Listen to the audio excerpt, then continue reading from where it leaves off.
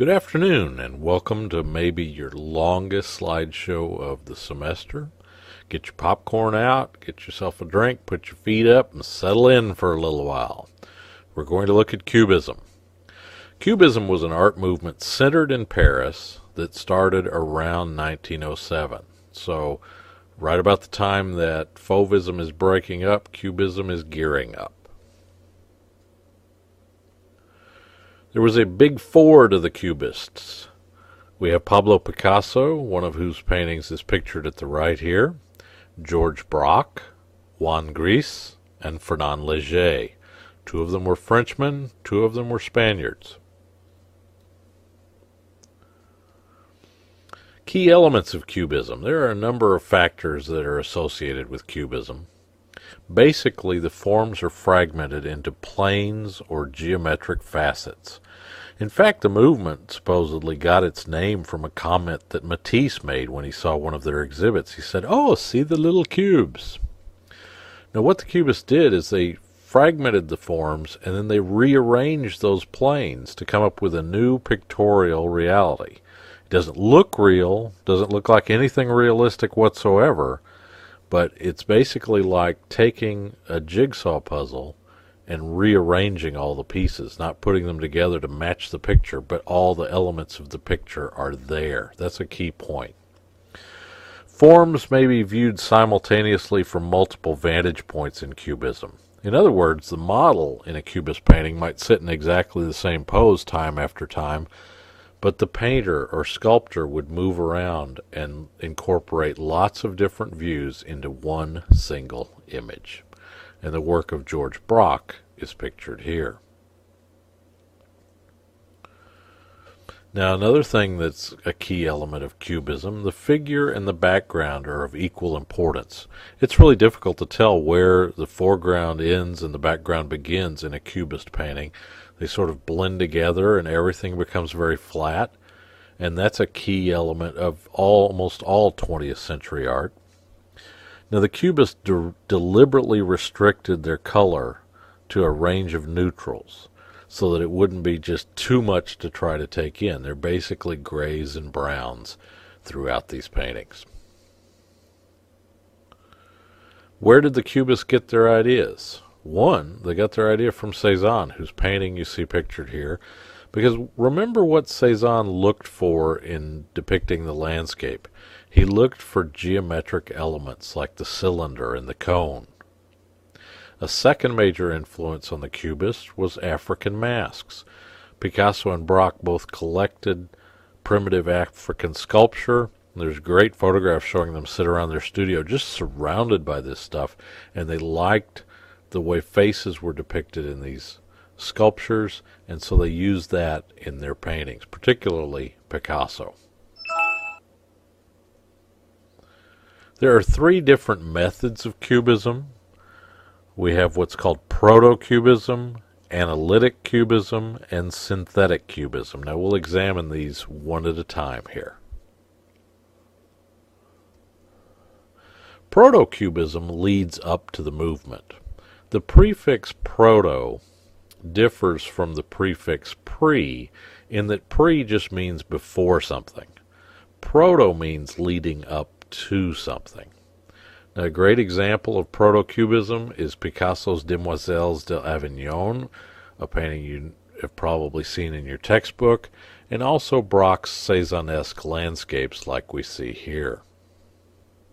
The Demoiselles was very much influenced by the African sculpture, where Braque's landscapes were very much influenced by Cézanne. So there you have both the influences and a couple of examples of how they lead directly into Cubism. I would like to argue, however, that had Cézanne known how the Cubists were going to use his ideas, he might have tried to come up with entirely different ones. Cézanne used form, or used the geometric shapes to try to construct form, while the Cubists used the geometric shapes to destruct form. Now, analytic Cubism takes place prior to 1912. It featured very small planes or facets.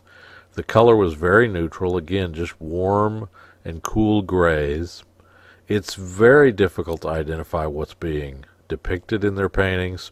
And during this period, Braque's and Picasso's works are highly similar. In fact, you could argue that they're virtually indistinguishable at this point.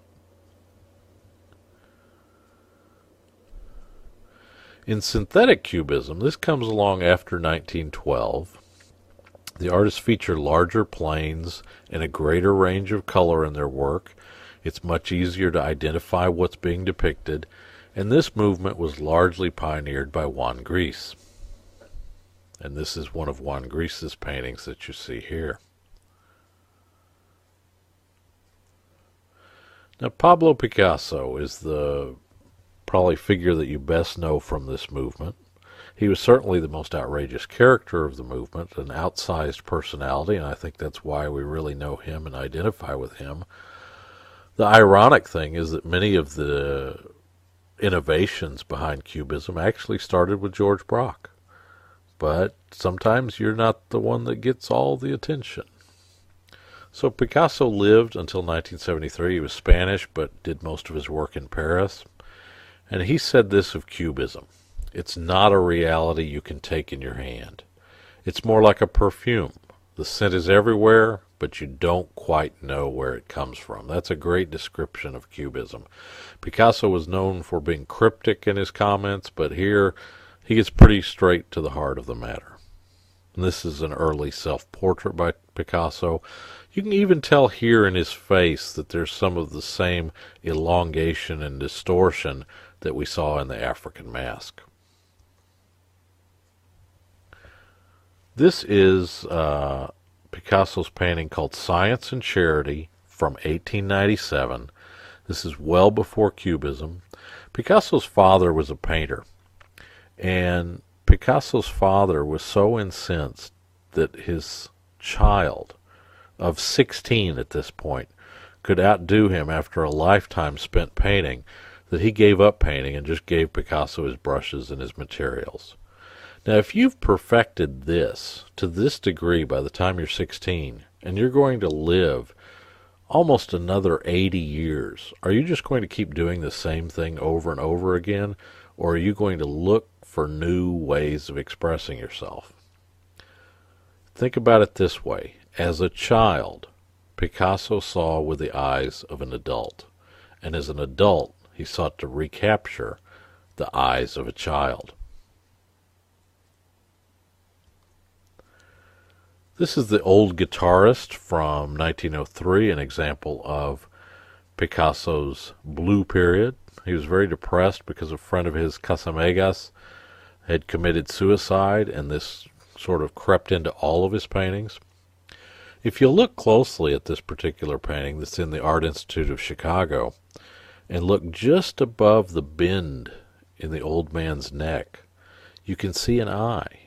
And then if you look just below where his shirt curves into his neck, you'll see the person's ear, and then the jaw, and then the neck. Picasso had painted this over another painting, and as oil paint ages, it gets much more transparent. And here we see Picasso's previous effort in addition to The Old Guitarist from 1903. This is a family of circus performers from 1905, a study, and this is an example of what's called his Rose period, where he falls in love and he starts to introduce more color back into his palette and kind of emerges from that funk, that blue period. I think I'm in a bit of a blue period today. How about that? This is a portrait of Gertrude Stein, 1906. She was an important American expatriate who was an art collector, did some writing as well. And again, look at the face. Look at the simplification of the face.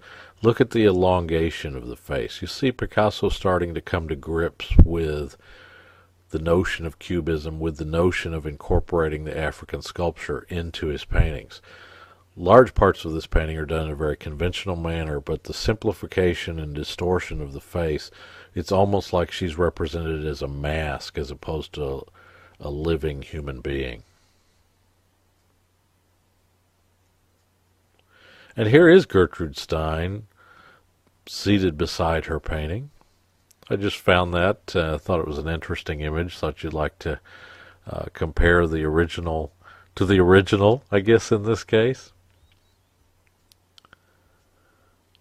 Here's a self-portrait by Picasso, self-portrait with palette, also from 1906. Compare this now to what he did with Gertrude Stein, and you see how he's moving towards some abstraction. You see the simplification of the hand, the continued mask-like development of the face, the relatively unfinished quality to this painting compared to the previous one. However, it's quite clear that Picasso considered this to be a completed image and that he signed it, dated it, and said, this is where I am right now. This is what I'm looking for. And the painting is almost an example of the struggle to find oneself as an artist. This is Two Nudes, also from 1906. Again, I keep talking about this, but it's very important. The way he's using those African masks as a key towards deciphering the head in a new way. And look at the distortion that's taking place in the figures. You know it's deliberate because in that Science and Charity, the first image that we saw, you saw how Picasso could draw as well as anyone and could get his proportions right. And here he's wanting to make these figures seem monumental and seem really important. So hence the squat proportions. Now here we see several studies working from the top left corner across for his early masterwork called Les Demoiselles d'Avignon. In the top left image, if you can see that at all, you'll see that you've got the same nudes that are featured in the middle image on the top row. But there are a couple of other figures in there that are not nude. So you've got the 5 women, but you've got 2 men in there as well. And that clues you in on what's going on in this particular scene, what kind of environment it is. The heads that you see on this page, the painted heads, are great studies for what would ultimately become the masterpiece by Picasso. And then you see again an example of African sculpture, and there are very strong similarities between the way Picasso paints the heads and then the way the sculpture represents the human head. Let's look now at that finished painting, Les Demoiselles de l'Avignon. Here it is, and when Picasso first completed this painting and showed it to his dealer at the time, the dealer said, even I can't support you at this point. You know, you've gone too far. This is too much of an assault on the way people look at things. And it was indeed shocking. You know, the Fauves were shocking enough with their zany colors, but now Picasso has introduced zany form and incredible distortions. My thought about this painting has always been that the horrific faces that you see, particularly the 2 on the right, are meant to describe the horrific profession that these women are part of. It's clear. You look at the earlier study, the image with the 2 clothed men around the 5 nude women. It's a scene from a brothel or a whorehouse. These are prostitutes. And he's saying, what a horrible way to make a living. Very challenging image. Look at the figures on the right. There are areas where you can't quite tell where the figure ends and the background begins. He's just starting to kind of work out his ideas of Cubism, still tied to the African masks and still tied to themes of everyday life in a sense. This is Bowls and Jug from 1908. A little more conventional theme, but a much less conventional treatment in terms of his starting to geometricize all of the forms, whether it be a round form or not. You know, he's breaking it into lots of little flat planes. As we go through the next several slides, we'll see that Picasso will continue to distort and distort and distort until it becomes virtually unrecognizable. This is just a good starting point for us.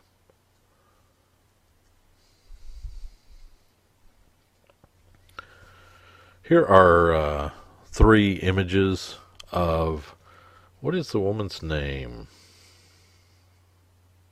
I believe it's Fernand. Yes, Fernand. And this was the love of Picasso's life at the time. And you see in the top left, beautiful painting, really moody painting. And then you see in the middle a drawing, a study of the woman's head. And then you see in the bottom right corner where he's really starting to distort it a considerable more. You look at all the flat planes that go into the head. You know, there are corners in the face, and that's not something that we typically think of seeing in a face, but you can see how Picasso went from the oil sketch up in the top left to the drawing in the middle, and then eventually went in and really distorted forms with the painting on the far right. Not only were the Cubist painters, they also did sculpture as well. This is a sculpture of Fernand as well from, I think, around 1909. And it's really an outstanding sculpture, and it's one that I've seen in person and found that it was almost as fascinating to examine from behind as it was looking straight on as you do here. And those planes that the Cubists emphasized are very clearly worked up in the sculpture. This is a woman in a chair. Another couple of studies that Picasso did in developing Cubism. On the image on the left, it's quite easy to see the head and the shoulders and the breasts, but it's not detailed at all. The image on the right seems to add detail at the same time that it gets less decipherable. But you can still make out where the head is, where the shoulders are, where the arms are, where the chest is. It's just starting to dissolve into the background. Look particularly under the bent arm. You can't tell whether that's background or whether that's the figure at that point. Is she standing behind something? Is she floating in space? Very difficult to decipher when you come to Cubist works leading up to the years 1912. Look also at what's going on with the color. It's getting much more muted, much more a range of grays rather than the warmer tones that you see in the image on the left. This is Woman with, or Girl with Mandolin from 1910. And the musical instrument's pretty easy to make out. You can see her breasts, you can see her head. Look at how he's using exactly the same shapes in the background as he's using on the figure herself. He's not saying that one is more important than the other. An expression that I often use in my painting class that I'm really not joking when I say this. I say the background is our friend. If you have an outstanding background in your painting, it only makes the foreground objects that much stronger. And here, every square inch of that painting is of equal importance. He's not saying this one area is more important or less important than another area. He's working over the entire surface, and that's a concern that will continue to occupy 20th century artists and even into the 21st century now. Now remember the painting on the left. It was Cézanne's portrait of Ambrose Vollard, who was Cézanne's dealer, the man that gave Cézanne his first one-man show. That was the painting that Cézanne said he wasn't displeased with the shirt front after Vollard had sat several hundred hours for the painting. The image on the right is the same man, but it's painted by Picasso. So again, Cézanne uses geometric shapes to construct form, and you can argue that Picasso uses those same shapes to destruct or deconstruct the form. Fascinating comparison. I think it's fascinating that Vollard supported both of these artists and was the dealer for both of these artists. And really, you look at the faces, and they're not terribly different. You can definitely tell expression, beard, head, nose. Look at the shape of the nose from the Cézanne into the Picasso. It's clearly the same man, and I think it's really exciting that Picasso is able to show this sort of likeness even with all the distortion that goes into it. This is another art dealer of Picasso's, a man named Kahnweiler, Daniel Henry Kahnweiler. This is also from 1910, as was the painting of Vollard. And the portrait of Kahnweiler is even more distorted than the portrait of Vollard. You can make out the head. You look down at the very bottom, just to the right of center, and you can see his clasped hands, but everything in between just falls apart. And so we're really just about making paintings that are only incidentally about these two art dealers. This is a painting called Ma Jolie by Picasso from 1911 to 1912. It's sometimes referred to as Woman with a Guitar. On the left, you can see a detail of the bottom of the painting where he inscribed it Ma Jolie. I'd like to tell you that the Cubists were essentially the first pop artists. Ma Jolie was a nickname that Picasso had for one of his loves, and it was the name of a popular song at the time. And so it'd be like an artist today taking a popular song's title that everybody's familiar with and inscribing that across their painting to tie in with popular culture when you're making fine art. And here the distortion is almost complete. Can't really make out anything. It's very, very difficult to recognize what's happening. So here we are in the years immediately preceding 1912. Analytic Cubism is at its height, and it's an explosion of forms on the page. It's that rearranging of the jigsaw puzzle. It's not that there's not enough there to understand in a Cubist painting. The problem with Cubist paintings for the general viewer is that there's too much there. There's so much information there that you can't make out what's going on at a quick, easy glance. And I think that's why a lot of people give up on it.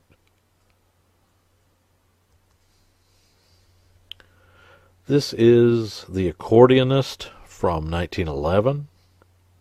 Another painting where the forms are so distorted and the color is so neutralized that you don't really have any clues as to where to look or exactly what's going on.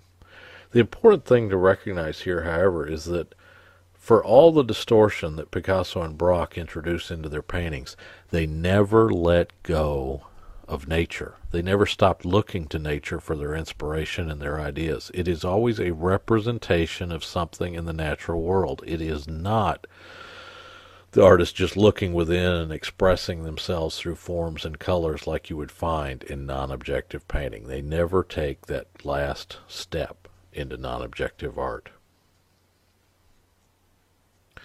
This is still life with chair caning. Picasso was a wonderful artist when it came to finding new uses for old materials or using unconventional materials. That's actually the chair caning that he has collaged into this piece. And then in painting on the oval, he comes up with, I think, a really inventive solution of using the rope for a frame as opposed to trying to come in with a piece of wood and frame it in a conventional manner. There was a great film on Picasso a number of years ago where someone that he had once been involved with and had jilted saw him riding his bicycle to the junkyard, and she just is making fun of him because he's going to collect junk. But for Picasso, that junk was just great fuel to make paintings with or to make sculptures with.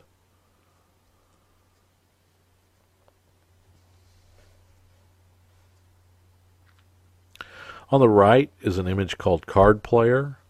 On the left is also an image called The Card Player, but the image on the left is by Rembrandt. So Picasso saw himself as belonging to a great tradition of artists, yet his depictions of the same themes are quite different from what we see here in Rembrandt's etching from many, many years ago.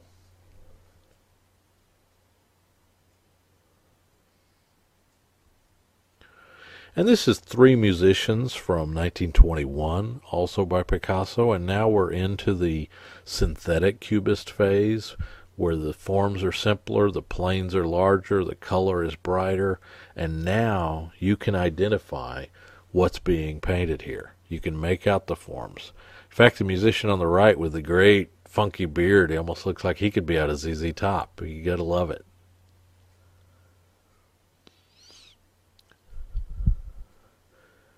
And this is Studio from 1925.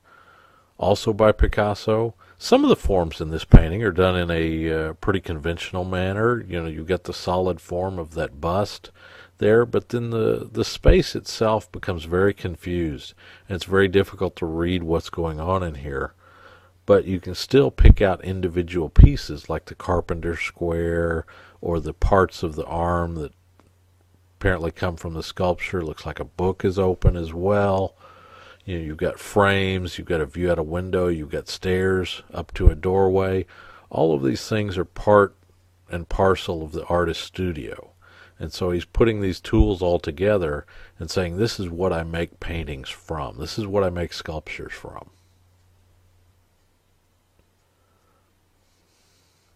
And this is Picasso's painting called Guernica from 1937. The painting was done in black and white. It was done in response to the bombing of this Spanish town where many innocent women and children and animals all lost their lives during the Spanish Civil War. And Picasso had long since given up Cubism, but he returned to it for this painting because he said, that's my most important contribution to art. This is an important event that I'm painting. I want to make something that is read as being very important by everybody that sees it. Why does he leave color out of the painting? I think he leaves it out so there's nothing that you can look at and say, oh, that's a beautiful color, or that's a sumptuous relationship, or that's a sensual color here. I think he wants you to look at it and just meditate on the horrors of war. And this is a painting that I think retains its immediacy even today. You can look at it and say, yes, war is horrible, because there's nothing in it that's so tied to that one particular place and that one particular time. I included the image on the top here just to give you a sense of the scale of Guernica, where you see it in the museum and the woman walking past it. Now we move on to George Braque. George Braque was French. Lived until 1963, not quite as long as Picasso, but a good long life in art. He was originally a Fauve. You may remember seeing a couple of his images in the Fauve slideshow. The Cézanne Memorial exhibit of 1907 really impressed Braque and kind of set him on a new direction. And he worked very closely with Picasso until he was drafted for World War I. Picasso, being a Spaniard living in Paris, didn't have to worry about that. And they were almost one mind, two bodies in terms of their work leading up to that point. But Braque goes away, suffers a head injury, comes back, and Picasso remarks that the person that went away to war wasn't the person that came back. And I think many people have had experience with that sort of situation. Braque created the first picture with stenciled lettering in it, and he was a pioneer in the papier collé that you can read about in your textbook, pasted paper.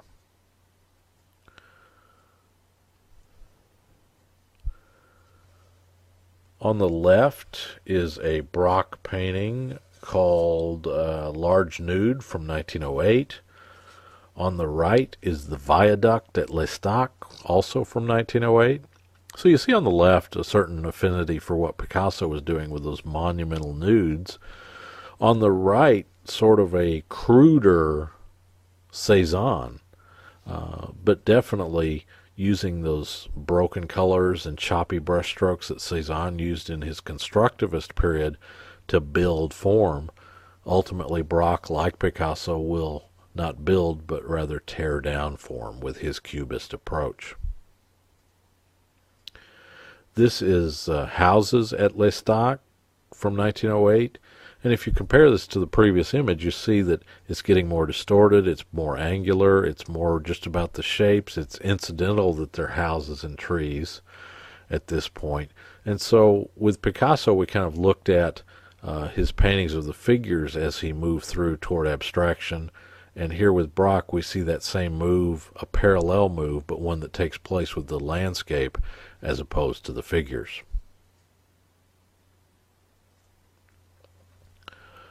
On the left is a painting called Violin and Palette from 1910, and on the right is one called The Portuguese from 1911.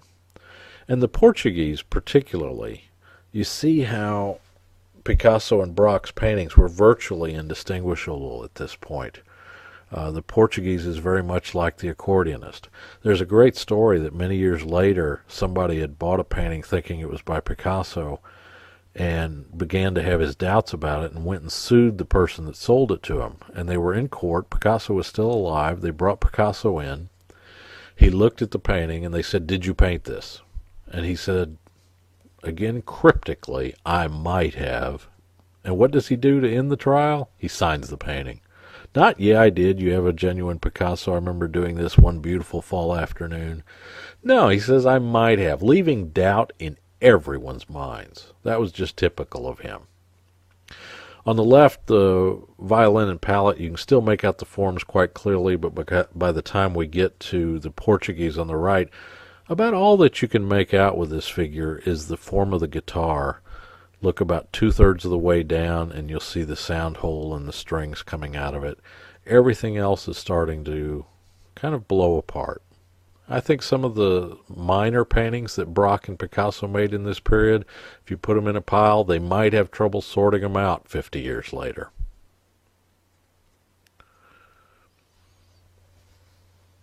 On the left is a painting called Fruit Dish from 1912. On the right, a painting called Bach Aria from 1914. Painting on the left, I want to point out a particular interest is that Braque didn't just use oil paint in this painting, he also mixed sand in with the paint.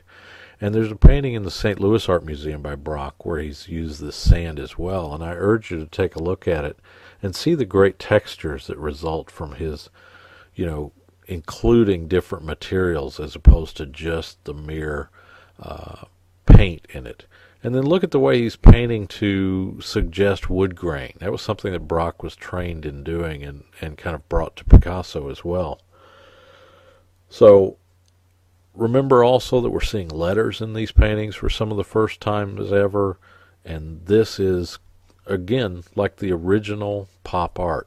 Now the Bach Aria on the right, you can really make out the guitar this time. You may have been lost with the Portuguese, but you can definitely make it out. Larger forms, a little bit of color, and so he's moving into the synthetic phase. And Braque was really great at synthetic cubism. This is called Round Table from 1929. And now you can really make out the forms, and you've got a little more color. You've got greens playing off against red oranges. You've got the warm tones throughout, but just a little more color, a little larger plane, and it's almost like they were responding to the critics saying, "We have no idea what you're painting any longer." And so with Gris leading the way, Juan Gris, they brought a little bit more recognizability. They stepped up to the abyss, and then they took 2 steps back, just so that you could definitely latch on to what they were painting. This is Woman at an Easel from 1936, many years after the heyday of Cubism.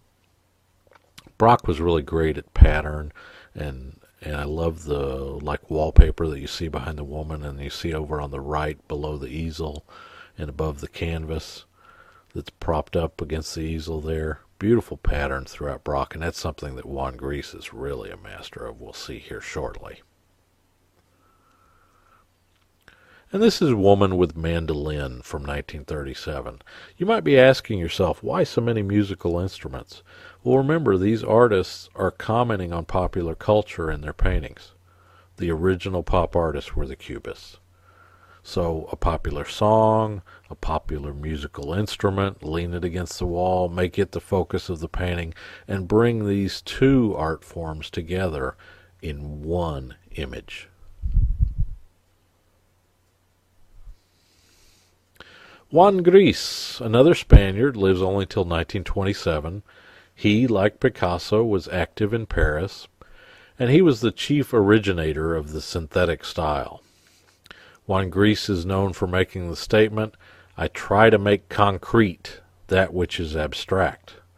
And Juan Gris's later work became somewhat more painterly, but we'll look at a selection from his career now. On the left is a painting, a portrait of Maurice Raynal from 1911, and on the right is another painting from 1911 called Still Life. Now this is the analytic phase of Cubism. Compare these to Braque and Picasso, and you see that Juan Gris didn't go near as far as they did when it came to distorting the figure and abstracting the figure. Wasn't quite as much into it, and I think that probably explains why he's the one that was the pioneer and the leader when it came to developing synthetic cubism. This is Juan Gris' portrait of Picasso called Homage to Picasso from 1912. And it's a great likeness of Picasso. If you've seen a photograph of him, you can definitely tell it's him. And again, I admire that where an artist can distort the form a great deal and yet at the same time keep it recognizable as this particular person. Great portrait of Picasso. One that I copied when I was in college, and I really spent a lot of time on it and came to view the head in a number of different ways. Like as I worked on the copy, I saw that he was looking to the left. And then as I continued to work on a copy, I saw he was looking straight at me, and I continued to work on it and saw that he was looking off to the right as well. So multiple vantage points all find their way into a single painting. Here's still life with bottles, glass, and knife from 1912, almost like a Harnett in terms of the forms that he's using, and that knife coming out into space toward us. Like the diagonal movement throughout this painting as well, something a little different from anything else we've seen thus far in our study of Cubism. Here we go. Now Juan Gris is really getting into the synthetic phase. This is Guitar on a Chair from 1913. And after looking at the Braques and the Picassos throughout this lecture, when you get to Juan Gris, I always just breathe a sigh of relief because it's so great to see this beautiful luminous color that Juan Gris brings into the equation. And if you look dead center of this painting, you're going to see some of the chair caning like we saw with Picasso. One of the great gags of Cubism is it gets you to look closely and think, is that really chair caning or is it painted to look like chair caning? That's up to you to find out.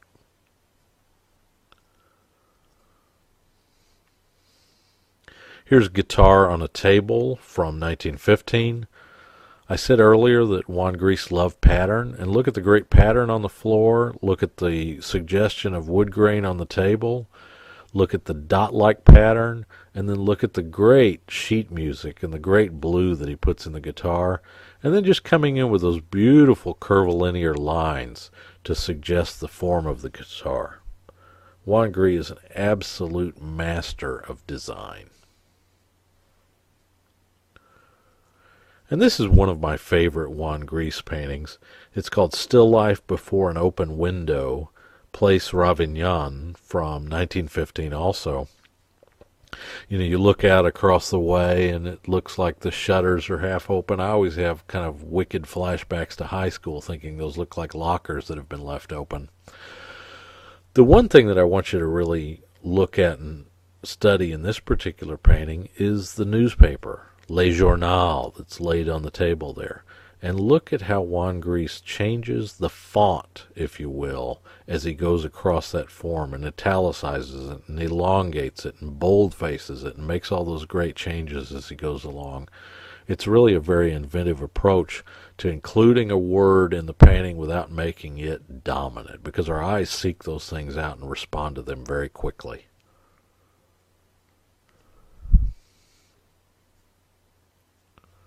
Another still life by Juan Gris. Don't have a lot to say about this one, and I'm finding that it doesn't move me nearly as much without the color in it, but still great shapes, great design, great form, and look at how the diagonals really move you throughout Juan Gris's work. I'm not sure I was really aware of that difference between his work and that of Braque and Picasso's before I sat down to put this lecture together. This is Guitar with Sheet of Music from 1926. Previous painting, I believe, was a chessboard. So simple forms, great window. Look at the top, the way the window ledge is, or window frame is delineated. Then you see the space out, and then as you come down to the bottom, and then follow your way across below that orange form, you're not quite sure what's what any longer. It's a great bending and twisting of space that takes place in Cubist painting.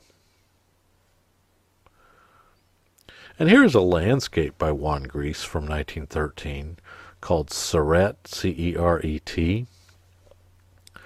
And Gris has great color. It's just beautiful color on its own, but after you look at Picasso and Braque, and I don't think anyone would argue that either one of them were masterful colorists, after looking at them, Juan Gris just really stands out, and I think takes all my attention away here. It's a name that you probably haven't heard before, but it's one that I hope you enjoyed looking at. Now we close our look at Cubism with a few paintings by Fernand Léger. He was a Frenchman who lived until 1955. He said art consists of inventing and not copying, and he certainly was inventive.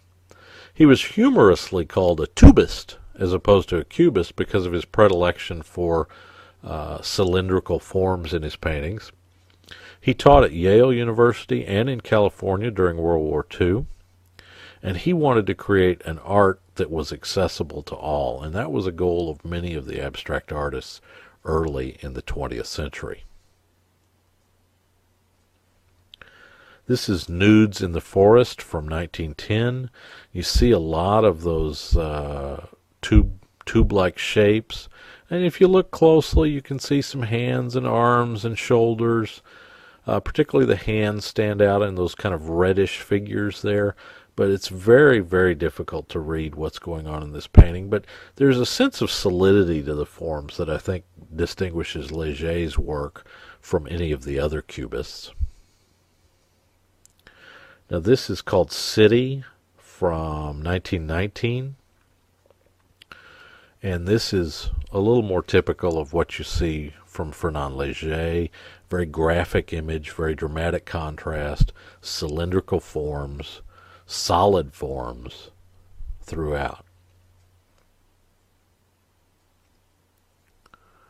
And this is called Three Women from 1921. Three Women from 1921.